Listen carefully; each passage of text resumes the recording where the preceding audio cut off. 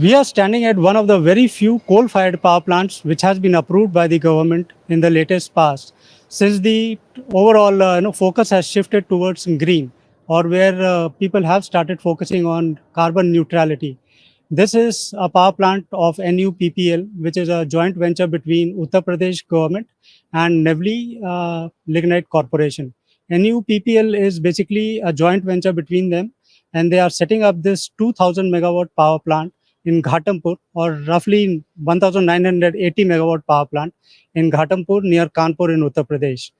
We have with us the CEO of NUPPL with us, who will talk to us about the role of this power plant, what exactly was the purpose, why this has been started, why the government, government, despite focusing on renewable, there is still a role for coal-based power plants in the country. He will take us through to the plant, and we'll do a walkthrough with him. Mr. Santhosh, you are welcome to BQ Prime. Thank you. Can you please tell us what exactly is the role of this coal-based power plant right now? Because as we have seen that overall focus of the government as well as companies has shifted towards renewables. And in fact, even your long-term plan, and along with this simultaneously you are setting up renewable power projects. So can you please tell us? This is the power plant which we are using a very latest technologies, supercritical technology, and we are having all the precautions against the emissions, nitrogen oxide. We are established SCR technology for removing the NOx, and FGD we are installing for removing the sulfur dioxides, and there is no water discharge from this company. Zero liquid discharge technology we are adopting. We are treating the water, and we are utilizing same water here. As we told earlier, we are getting the water also from the wastage water. So, and mainly thermal power, people are a little bit aware due to these emission issues only. We are all taking care of that technology here. And also, thermal is a sustainable energy source where renewables having their own difficulties to 100% power evacuation and generation issues. So another around 25 years also we should be mainly, we have to focus on this thermal for a sustainable energy system. And for renewable energy, we need the storage facilities to be improved. We are also in the same process. We are making the renewable energies, pump storage systems.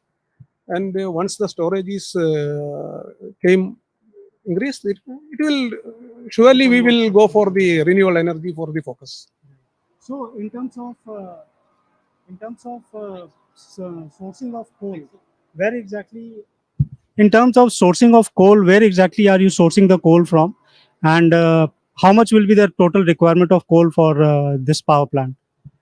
We are having our own linked mine from the Pachwara South Coal Block, and we are expecting from the next year, this financial year, we will start the production, and within 2-3 years we will reach the full capacity of our mines. And till that time, we are approached our ministry for getting the coal from the bridge linkage from other their coal subsidiaries, NCL. That is in Singrauli is where yours. So how this coal you will be sourcing from Singrauli? What is the mode? It will be through rail mode.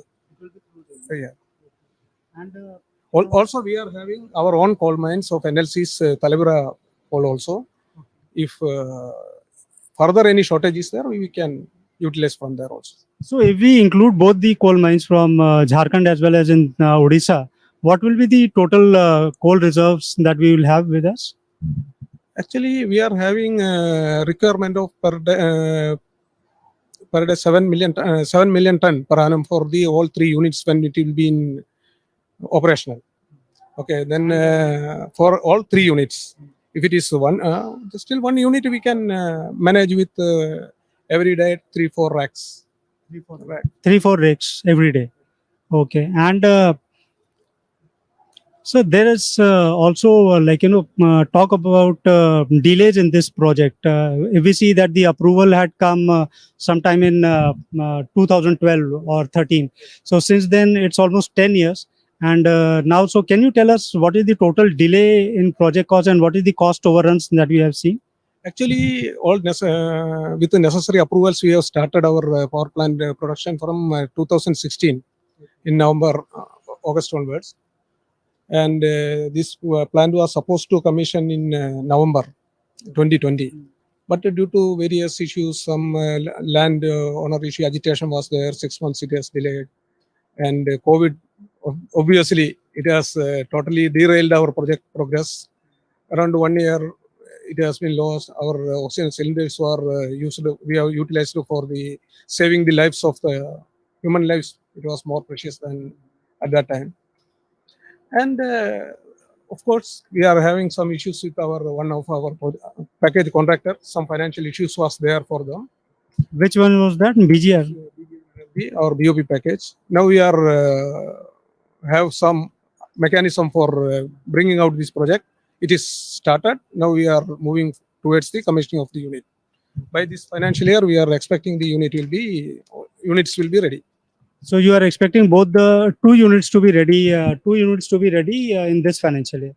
We are in line for all the units, but our aim is to run all the units in this financial year. All three units is what you are saying in this by March. Okay. And you have also taken a lot of technological steps as far as our, this plant is concerned, basically to make it more clean, and you have tried to make it zero liquid discharge plant. So can you tell us about what's the kind of technology that you are using, and which are the vendors that you have tied up with for these kind of technology? Our in technologies, main boiler package is doing by L&T, and they are having supercritical technology where the efficiency of the unit is very high.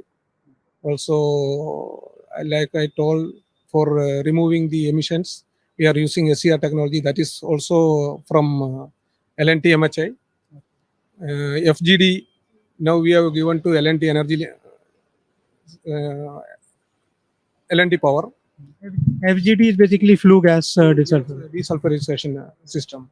And for NOx and SOx? NOx is for SCR technology we are using. SOx is for FGD. And the work is already started. So after capturing this, what you are planning to do? I mean, what exactly will you do with these kind of whatever waste that comes out? Gypsum will be a byproduct from these technologies that we will sell in the market. And even fly ash also, electrostatic precipitator is removing the fly ash that we are sending to cement factories. That you have tied up with JK Cement. JK Cement. Okay. And as far as this ash, which is bottom ash, which is generated, what you are planning to do for that? Now it is slurry sending to our ash deck in slurry form, and later this can be used in the road works. So have you tied up for that also with anyone? Not now. Parties are approaching us now for this. And can you tell us a little bit about your overall activities, environmental activities that you have undertaken in and around the plant? We are having around 7 villages where our plant is situated. All these PAPs, we are having skill development programs we are making. And in their livelihoods, all the areas, roads, concrete roads, drains, their solar pumps and overhead tanks for the drinking water. Then solar lights we are providing. Schools we have renovated, some schools we have made it. And now we are planning to provide smart classes also to these schools as per the, and our secretary is also insisting for this installing the smart classes in and around schools.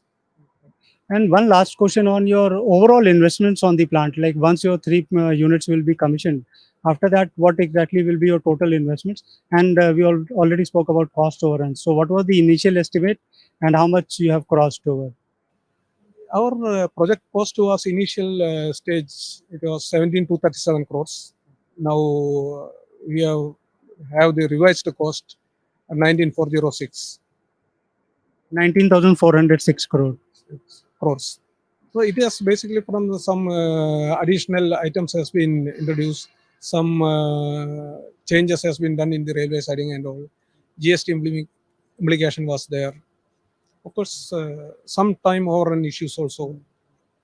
And from where we are getting the funding from? Is it entirely debt, or we have some equity contribution from? We are having 70-30 ratio of the equity debt. 30, we are having the equity from our bank companies, NLC and UPRUNL. For debt, we are taking from PFC and Canara Bank also, REC. We are having the tie-up. So PNB, PFC, and REC are the two major Major. And ones. now Canara Bank also. And what is the borrowing cost for you in terms of interest rates? Interest rate now it is around 9.5%, and earlier it was less. This time onwards there was some changes. Now recently we have signed the PPA for 100% also. It will definitely improve our company's performance in the terms of interest also. We expect. You expect the interest rates to come down? Once it is. And one more additional question on, as you just said that you have signed a PPA with the Assam government. So which are the states with which you will be sharing the power produced? UP government, we are giving 75.12%, around 1487 megawatt, and 492 megawatt for Assam. So these are the two states with. Okay. Thank you very much, Mr. Santhosh, for talking to us. It was a pleasure. Thank you. That was Mr. Santhosh S. He is the CEO of NUPPL, the joint venture between Uttar Pradesh government and Neyveli Lignite Corporation.